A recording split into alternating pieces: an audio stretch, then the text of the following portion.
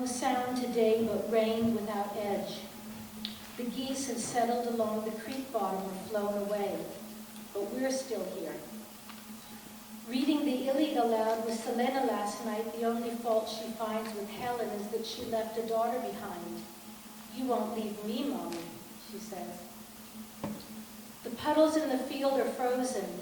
Selena's skating circles on one of them, learning to push and glide around the tuft of last year's grasses.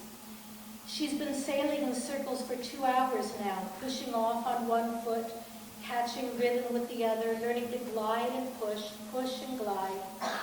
Her coffee is watching, the horizontal slits of her honey-colored eyes focused on her beloved.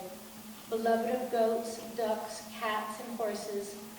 Beloved of all that our house holds. Selena is teaching herself to puddle skate. There are no other children here for her to play with. She is skating, pushing and gliding, circling and circling, around and around. My mother closes the book about Mao and what she calls the unbelievable violence of the Chinese Revolution. She's telling me it's too bad I don't have time to read the 700-page book. She's just finished in the chair by the window that opens to the meadow. It's morning, and I'm making French toast and tea. I haven't had time to brush my hair. My mother's back is to the window and she's talking when the geese arrive. She doesn't see them settle into the May grass, deep and green beyond the pane. I can barely hear them over her insisting she just can't imagine how those people in the Cultural Revolution actually thought such crazy things. I try to watch the geese and listen to her. They are eating seeds off the ripening grasses. The sky is deep and gray, and hail is beginning to blow in across Grizzly Ridge. I'm wondering about goslings, if there are any, how many. I'm thinking about the logging of all trees over 20 inches in diameter to make way for the thrifty young ones. 8-year-old Selena, dressed in my old white bathrobe, is pretending she's a monk. She's made her bed, brushed her hair, washed her face as a good monk would. We've lit a white Shabbat candle, and she's sitting at the table by the window practicing her cursive with the pen her poppy made from a wild turkey feather. On every line of the yellow-lined page she's writing, "The Spirit of God moved upon the face of the waters." It's gray and green and hailing now, and the geese are grazing and watching. My mother is talking about Mao and how those crazy people really believed in the power of thoughts. I'm watching one goose graze and the other goose watching.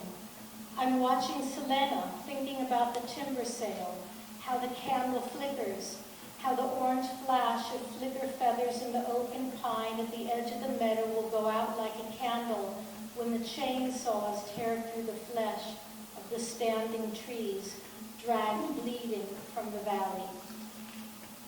The tea I'm making from the red clover we gathered in the meadow last spring is boiling, the color of blood. The toast has burned. "Look," I say, "Mommy, look, the geese." "Where?" She says, "Where?" "There." I say, "In the meadow." She says, "Those aren't geese, they're turkeys. They're too big for geese." Selena says, "No, darling, they're geese."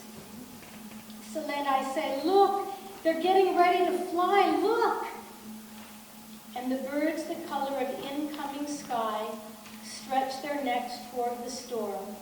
One calls, the other answers. One takes a step, then the other. They look at each other, look to the sky, calling, called. "Where? Where?" my mother is saying. But she's looking too far, too late. The geese stretch their legs and their wings and take off trumpeting across the gray and green morning. Calling, called, their flashing wings and voices fading into May. "I can't see them," my mother says. "Where?" Selena returns to her monkishness. She shows me her progress and how she's made a mistake, writing, "The Spirit of God moves across the Spirit of God," on the last 2 lines of the page. She says she's going to change it. Do I have an eraser? No, I say. But it's fine, Selena, really, that's often the way it is anyway. The Spirit of God does move across the Spirit of God and also upon the face of the waters. Okay, she says. My mother is still trying to find the geese, asking if we're sure they aren't turkeys. The hail is turning to snow now, gathering in the lilac's green, cupping leaves.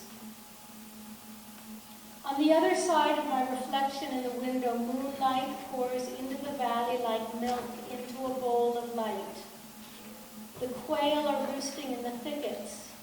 The goats are in their stalls, sweet with their own smell. Somewhere, lions are stalking their prey. Coyotes are listening, awake, tails tucked over their noses.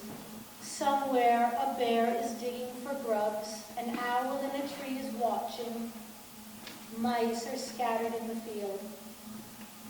And across the world, children are calling for their mothers. Mommy, Mommy, look! Where? And a mother is screaming for her child to get away from the window, but it's too late. It's raining and hailing bullets and glass now, and the child's smooth skin is shredded and hanging from her young, supple frame, blood emptying and pooling around her as startled pigeons flap circles above the burning trees. And here with me, my daughter is sleeping under her wine-colored comforter, hair across the pillow, moonlight on her brow. When I go to kiss her for the 3rd time since good night, she'll sigh and sleep and dream. I know now, looking at me, looking at her, that like others before me, will fall or be taken like any fruit from its tree.